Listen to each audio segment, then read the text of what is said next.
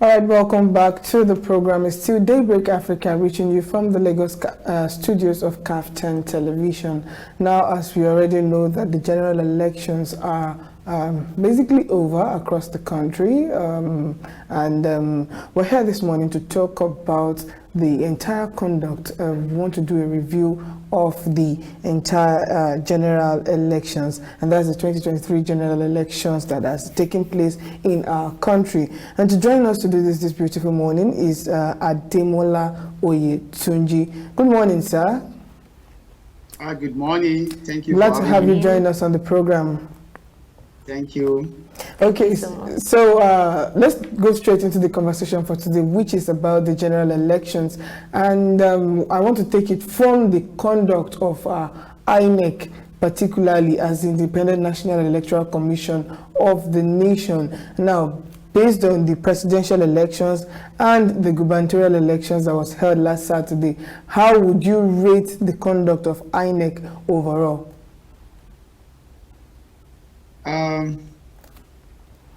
If I want to be fair, as a Nigerian and as a concerned citizen of this country, if 100, I will give INEC 30. Oh, wow. Okay, why is 30, sir? I said, if I want to be sincere and I want to be just, if I have to award mark over 100, I will give INEC 30. What why that score? What I said that is what Nigeria expects of our Independent Electoral Commission is actually what was delivered to us.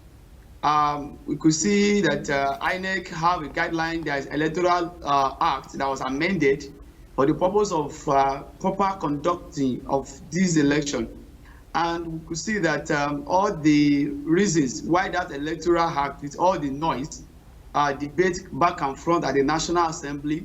As a matter of fact, the 2019 election wasn't like they didn't use the Electoral Act because the president felt that some portion of it needs to be amended. At the end of the day, when the president consented to it, it's like, like he gave us a kind of millions of naira.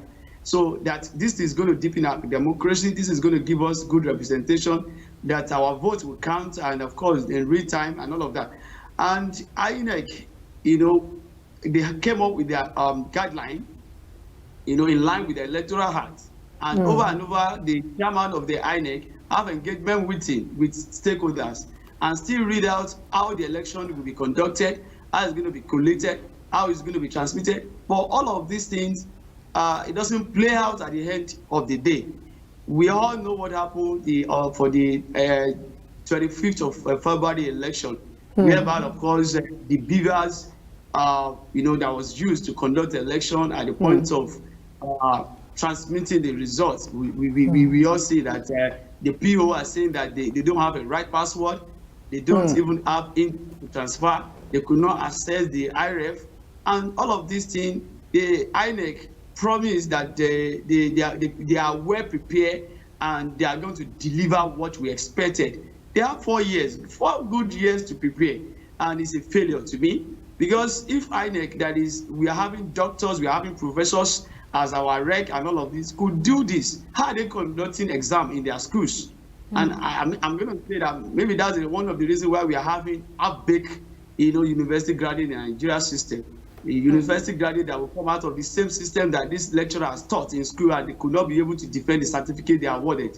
And with all the strife, with all the agitation, with all the stress, they put students through, giving them, good education, impact them right. If they cannot do that in their school, I think that's what played out there. You could see what happened even in the last election in Lagos State and every other place, full of violence. VGC, they've been voting inside that the VGC playing ground. They used to have 8 units in that place, and they do have DJ just to entertain themselves, to make the election a joyful thing. They set up as usual. The last election was conducted, the Presidential and National Assembly was conducted inside VGC, only for this election to come this time, and they said they want to conduct it outside. And the people are like, how are you going to do that?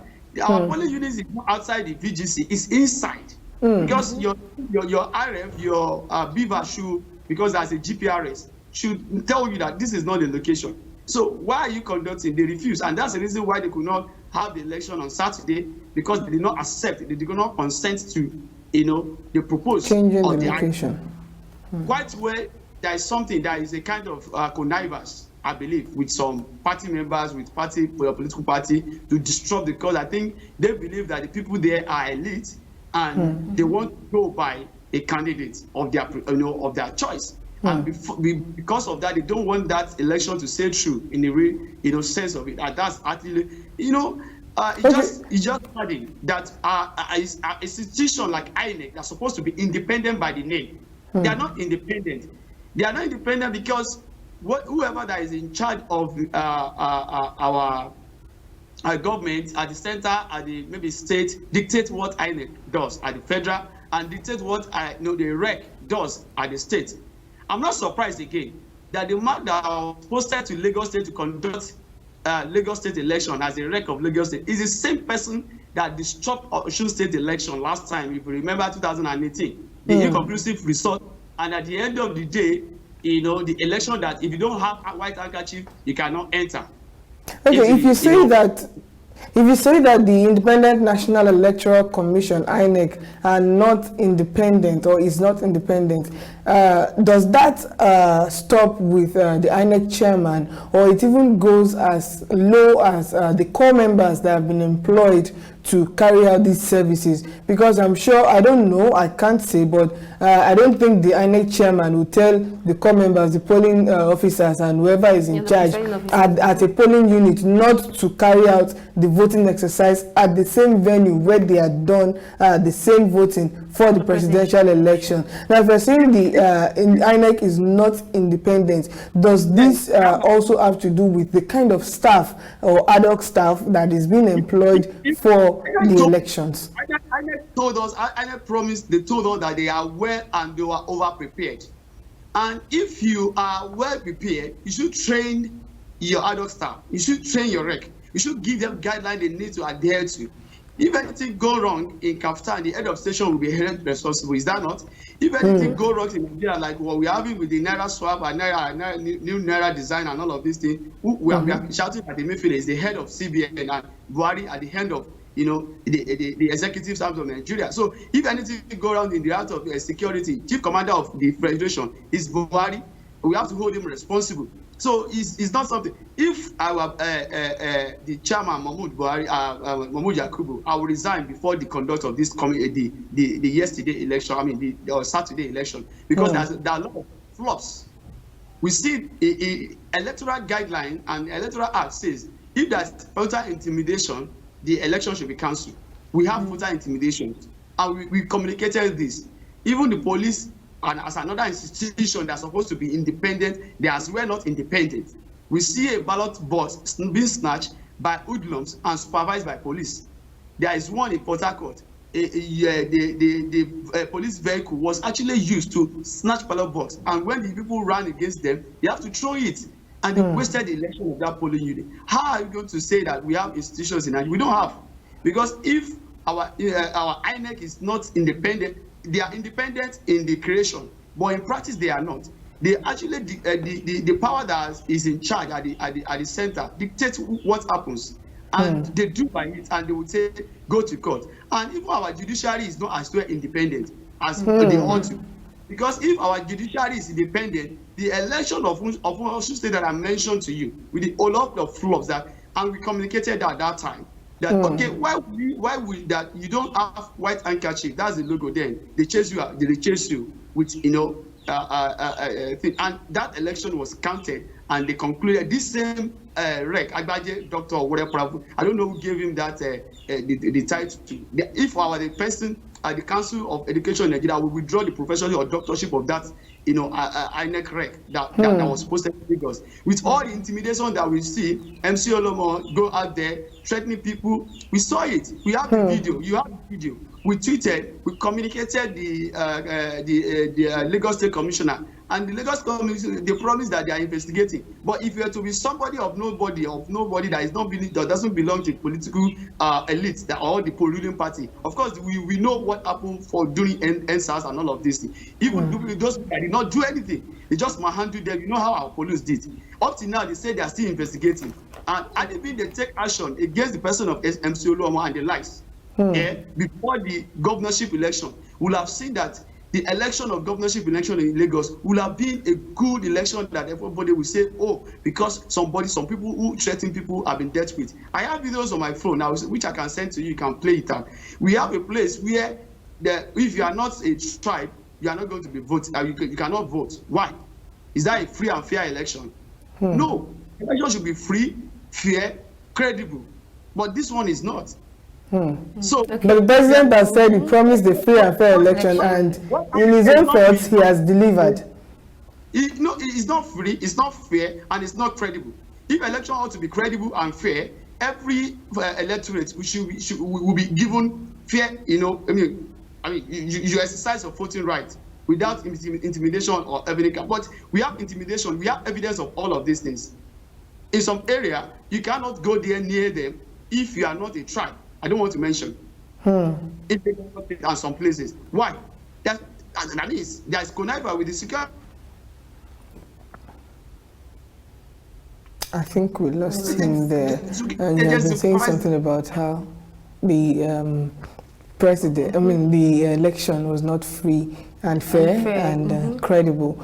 But the president has said in his own view, he has made a press statement that was on Sunday, immediately after most of the coalition had gone far, and which is to say that he has promised Nigerians a free and fair election, and that is exactly what he delivered. Well, I don't know, I'm a Nigerian first before I'm a journalist, but based on the reports we've heard from some people and some of the parties involved, a lot of people would not agree that the election was free and fair. I remember after the presidential elections, the SDP presidential candidate said something that he was robbed, although he did not win the election, but he was robbed. That the numbers his agents reported was not what INEC eventually reported. So in that case, you can hold INEC responsible for maybe credibility, but not necessarily free and fair. I think that for the presidential election, of course, there was a free and fair election, and then given, like you said, I'm first a Nigerian before I am a journalist, and from reports that we have heard, and of course even what from your own witness, my own experience and all of that, presidential election was free, fair, and then moving to the just concluded governorship elections, I did not really see the point where there was a free and fair election. We had cases, and the thing is, nobody is saying anything about this. Nobody has come out to say, oh, this is not true. This is not true. There's no disclaimer. I feel like, in a way, the Nigeria police force has a major role to play in all of this. And like our guest was saying before network interrupted, the judiciary is almost in his own words, not independent as well. So when the law enforcement agencies and the judiciary are not as independent as they should be, you get results like this. Remember, prior to the gubernatorial elections, the leader of NURTW in Lagos, that's MC Oluomo, had come out to say in a live video that Igbos would not be allowed to vote. I think we have our guest back. Are you there, sir? Yeah, I'm here. Okay, please continue from where you were. Yeah, you said the leader of NURTW, the man has been suspended by the national body of NURTW by Lagos State to be their staff. And that's why he is doing everything to make sure that he retains his job. And that's why he was not going there to intimidate people. And even the police are supposed to be independent to defend people and to hold him accountable. They are just saying they are investigating, and up to now, the man is just working free. And this is unfortunate of a Nigeria, security, agent, a reputable organization like police, and that everybody was like, and They were saying that they are still investigation, maybe it's an old video and all of this. And that's not the first time, you remember. He has made one before presidential, and he did another one because he's just a big man, you know. He's dining and whining with the ruling party. If you are to be in opposition, they will have, you know, catch that man and deal with him. So that's the reason why I said this election is actually not free, it's actually not fair, and it's not credible to my own personal. Okay. Thank you so much for that. Let's talk about the low turnout of voters, you know, especially for the gubernatorial elections. We, across different states, we saw that, you know, there was a large number of total number of, you know, registered voters, but then the number of accredited voters were very less, even, you know, way less than the, you know, number of people who actually, you know, were registered for the election. So let's talk about, you know, the reasons as to why this happened. Of course, before the election, we heard, you know, of so many videos which came up, you know, videos which were circulating the internet, where we heard of threats and then maybe, you know, issues from the presidential election. We could see the beavers, you know, where he had issues, and then some voter suppression in some areas. Now, what are the reasons, or what do you think are the reasons that contributed to the fact that, you know, there were low turnout of voters in some areas? Even you yourself, you know, actually understand why we have voter apathy. When people they leave whatever they are doing and they vote and their vote does not count, and you want them to still come out. And people have been saying that they know who they want, and even whether you know, people go out to vote or not, they are going to impose the person. And that thing plays out. When we see result in the last election, you know, a detailed result, council and, you know, use barrier to do everything, they still count these figures to the benefit of those people that, you know, that get it. So how do you want me now to waste my time again? Because I know quite well the people that would want is people that. So you are going to have voter apathy. And I'll tell you, with this conduct of this election, come election 2033, you see that you are going to have more voter apathy, because people are not going to be interested in voting because they know that their votes will not count. Is it that they are being tracked? Because we have a lot of people that showed you that they want to actually, you know, exercise their franchise, but you know, we have thought that said if you are not so and so member of party, don't come out.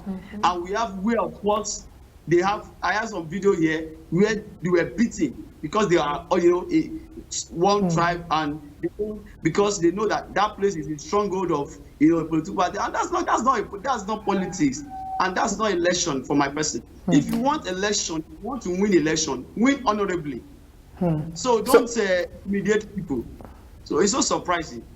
Okay, you've mentioned about how a lot of people maybe got scared or got worn out based on how the presidential elections went, and because of that there were few people who came out to vote. Now, the anthem that has been on everybody's lips from say 2019 on the minimum to 2023 has been get your PVC, get your PVC, get your PVC. I know quite all right, and I read that there were a lot of editorial publications, a lot of write-up and opinions about how getting your PVC is not enough to actually make the change we desire. Now, I'm jumping straight to this question because our time is fast spent. So what do you think, apart from getting your PVC as a Nigerian, because it seems, based on your own response this morning, it appears that having your PVC is not enough to get the kind of change that the people may seem to desire. Now, apart from getting your PVC, what do you think, what are the necessary measures that we should take as citizens of Nigeria to make sure that we get the desired result? I think what we need to do, the 10th Assembly coming up, the first thing they need to do is to change our constitution. If our constitution is changed, that the appointment of whoever that be the INEC chairman is not by the president. It should be by the civil society and political parties come together, reason together, who should, you know, oversee this, number one. Number two, even the appointment of our IG should not be by the president. So if our constitution is the problem here. It's faulty, it doesn't even hold water. And that's the reason why you see agitation of different kinds. When people know that voting will not give them political, involvement, will not give them the right leader and representations, they will agitate. That's why you see IPOB are saying that they are being marginalized, they want to go, IPOB are crying. and we are seeing Yoruba nation are saying no, we are not being treated well because we are not being represented well. We are generating, all incomes are generating in our zone, and they are taking it to some part of the zone because our constitution gives room for that kind of stealing. So, and if that is not called, if we don't change that constitution, that's the foundation of the problem of Nigeria. A lot of power is given to Mr. President. And another thing I think we need to say here is the immunity clause needs to be removed from our constitution. Because even number one person that violates a major part of the Electoral Act is Mr. President. In the same country, the election will be cancelled and the Mr. President will be in prison for showing the public who he voted for is against the Electoral Act. So, but because he's having the immunity, and that's why he's still there. So, number one thing we need to do, if going forward, if 2027 will be better, it's not by getting our privacy. Number one thing that we need to do, this constitution is not the way, because judiciary as well, they know quite well, and that's why on technicalities they will say because constitution says this, because the constitution is just so faulty. It wasn't drafted well. I think when the military want to hand over, they just come together, call some people together, and drafted those things and give it to us. It's not our constitution. It's not the constitution of Federal Republic, because we, the citizens, are not involved in the drafting of that constitution. A lot of fault is there. That's why, if we want to go forward and we want our vote to count, all these legalities, all these illegalities needs to be taken care of from the constitution, from the point of constitution. Okay, do you see the rewriting and the amendment of this constitution being done by the 10th Assembly? Although we know that this 10th Assembly is one of the most, probably the most colorful assembly, where we have different parties from ZLP, NNPP, Labour Party, SDP, APC, SDP, and the rest of them.